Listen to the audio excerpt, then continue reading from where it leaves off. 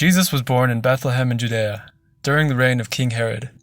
About that time some wise men from eastern lands arrived in Jerusalem, asking, "Where is the newborn King of the Jews?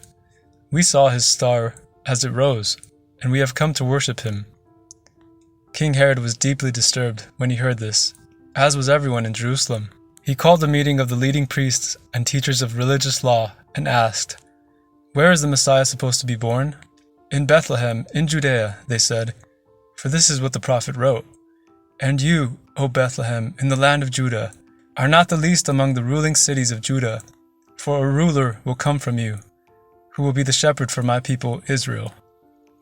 Then Herod called for a private meeting with the wise men, and he learned from them the time when the star first appeared. Then he told them, "Go to Bethlehem and search carefully for the child, and when you find him, come back and tell me so that I can go and worship him too." After this interview, the wise men went their way, and the star they had seen in the east guided them to Bethlehem. It went ahead of them and stopped over the place where the child was. When they saw the star, they were filled with joy. They entered the house and saw the child with his mother, Mary, and they bowed down and worshipped him. Then they opened their treasure chests and gave him gifts of gold, frankincense, and myrrh.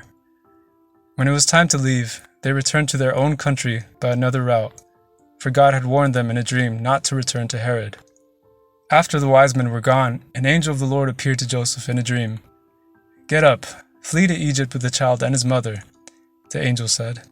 "Stay there until I tell you to return, because Herod is going to search for the child to kill him." That night Joseph left for Egypt with the child and Mary, his mother. And they stayed there until Herod's death. This fulfilled what the Lord had spoken through the prophet, "I called my son out of Egypt."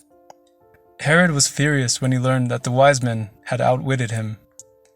He sent soldiers to kill all the boys in and around Bethlehem who were 2 years old and under, based on the wise men's report of the star's first appearance. Herod's brutal action fulfilled what God had spoken through the prophet Jeremiah. "A cry was heard in Ramah, weeping and great mourning. Rachel weeps for her children, refusing to be comforted, for they are dead." When Herod died, an angel of the Lord appeared in a dream to Joseph in Egypt. "Get up," the angel said, "take the child and his mother back to the land of Israel, because those who were trying to kill the child are dead."